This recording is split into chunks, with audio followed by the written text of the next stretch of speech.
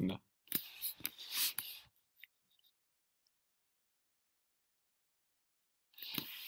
Yes, okay. Så, når vi snakker om trigonometriske funktioner, så drejer det sig om cosinus og sinus og tangens. Og som vi før har arbejdet med cosinus, sinus og tangens, så er det noget, der forholder sig til en mængde grader i en vinkel.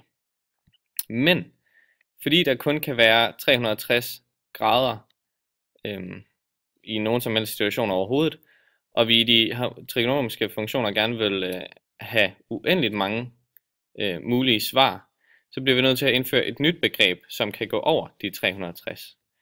Og det gør man ved at definere radianer ud fra enhedscirklen. Så enhedscirklen, det er jo selvfølgelig den her cirkel, hvor vi har en radius på 1. Og når radius er 1, så vil der være 2 pi omkreds her rundt. Ligesom der altid er 360 grader rundt i enhver cirkel.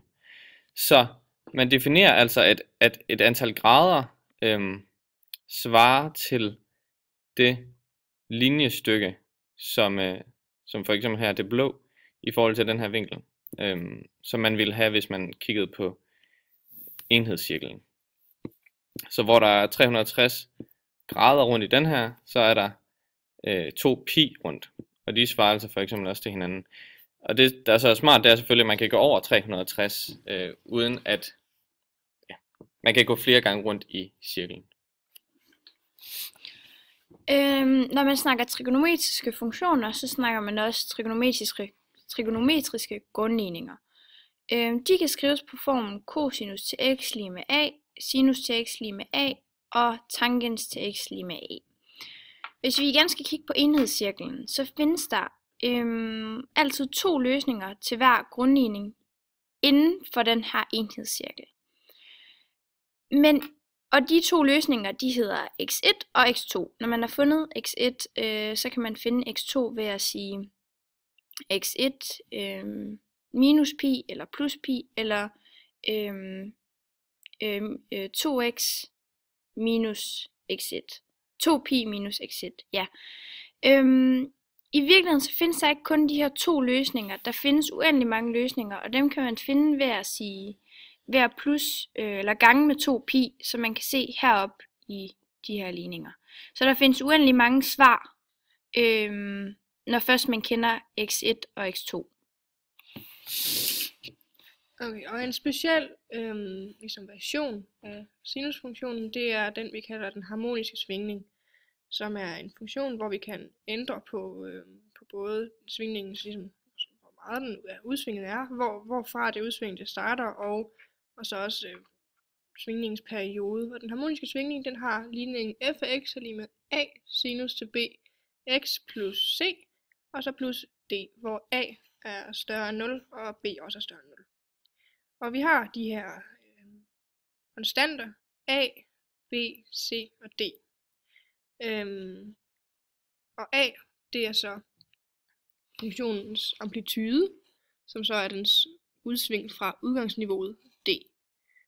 Så hvis udgangsniveauet, det er ligesom centrum, eller derfra hvor den svinger ud, så er a så højden på det udsving. B, det er antallet af hele svingninger, som grafen den udfører, når x vokser med 2pi. Så hvis vi har afstanden 2pi i det her stykke her, så kan man så se, hvor mange gange funktionen den så har en svingning. Her har den jo så 1, 2, 3 og 4. Og C, den kaldes fasekonstanten, og C fortæller noget om, hvordan funktionen er forskudt vandret, altså hen ad x-aksen. Og C kan man finde ved at finde et grafens skæringspunkt med udgangsniveauet her for eksempel. Der har den et en skæring i punktet minus c divideret med b, komma udgangsniveauet. Og så kan man så finde c derfra. Og t, det er det man kalder perioden, som ligesom er afstanden mellem to bølgetoppe, eller man kan også se det som bredden på en svingning. Og den kan man regne ud, eller bruge i sine udregninger, fordi t er lig 2 pi divideret med b.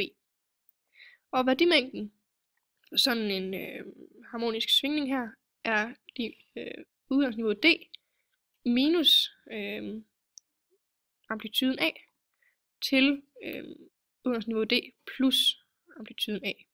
Så den har ligesom værdimængden her, hvilket også giver mening efterhånden, eftersom amplituden ligesom er den højeste, den kommer på, og den laveste y, den kommer ned på.